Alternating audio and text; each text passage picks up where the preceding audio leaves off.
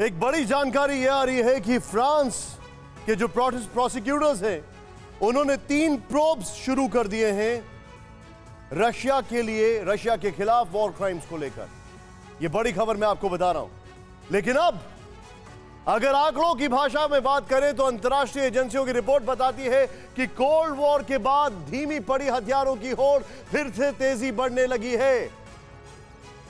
Ukraine पर रूसी हमले ने इसमें इजाफा करने का काम किया। यह रिपोर्ट कहती है कि भारत, पाकिस्तान और चीन के परमाणु हथियारों के जखीरे बढ़ने से एशिया प्रशांत में हथियारों की बिक्री की रफ्तार सबसे ज्यादा रहने के आसार हैं। लेकिन लगता है यह रिपोर्ट पुरानी है, क्योंकि रूस ने जिस तरीके से यूक्रेन पर हमला किया है उसके बाद जो नया एनालिसिस है वो ये कहता है कि यूरोप जो है वो अब सबसे ज्यादा हथियार खरीद रहा है, और जब यूरोप हथियार खरीदेगा तो फायदा सिर्फ अमेरिका का होगा। और इस रिपोर्ट से इतर यूरोप किस किस से हथियार खरीद रहा है? 1.6 बिलियन डॉलर की डील पोलैंड ने अमेरिका से की है। टैंक्स चाहिए उसको।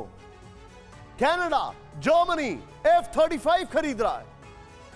पेट्रियट मिसाइल्स खरीदे जा रहे हैं अमेरिका के। स्ट्रिंगर्स और जैवलिन की तो कोई बात ही नहीं कर रहा है।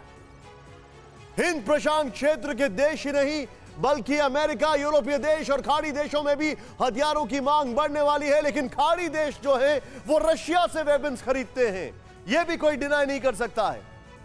गैर परमाणु देश जैसे जापान, दक्षिण कोरिया भी परमाणु परीक्षण की सोच रहे हैं। हाल ही में उत्तर कोरिया ने कई हाई प्रोफाइल मिसाइल परीक्षण किए, यह भी एक फैक्ट है। इस रिपोर्ट के बीच सबसे बड़ी खबर यह सामने आ रही है कि चीन मौके का फायदा उठाने वाला है। दुनिया में मची उथल पुथल को देखते हुए चीन ने बड़ी एटमी तैयारी शुरू कर दी है। यह खुलासा अमेरिका ने किया है।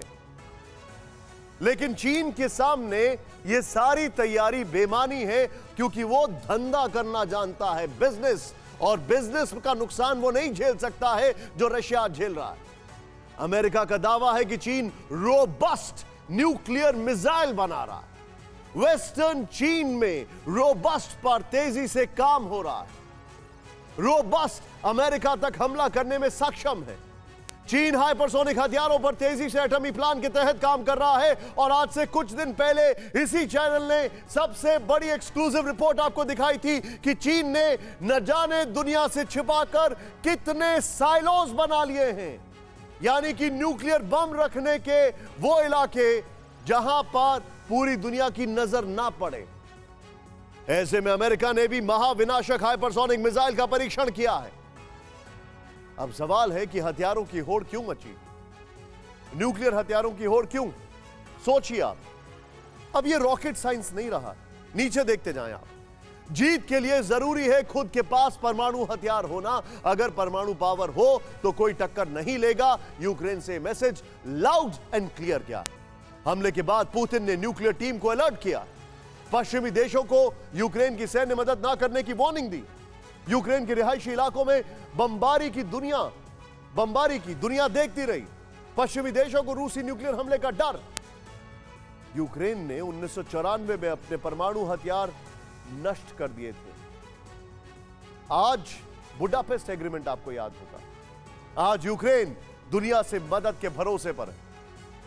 अड़ी सोमवार से शुक्रवार शाम 6 बजे सिर्फ TV9 भारतवर्ष पर।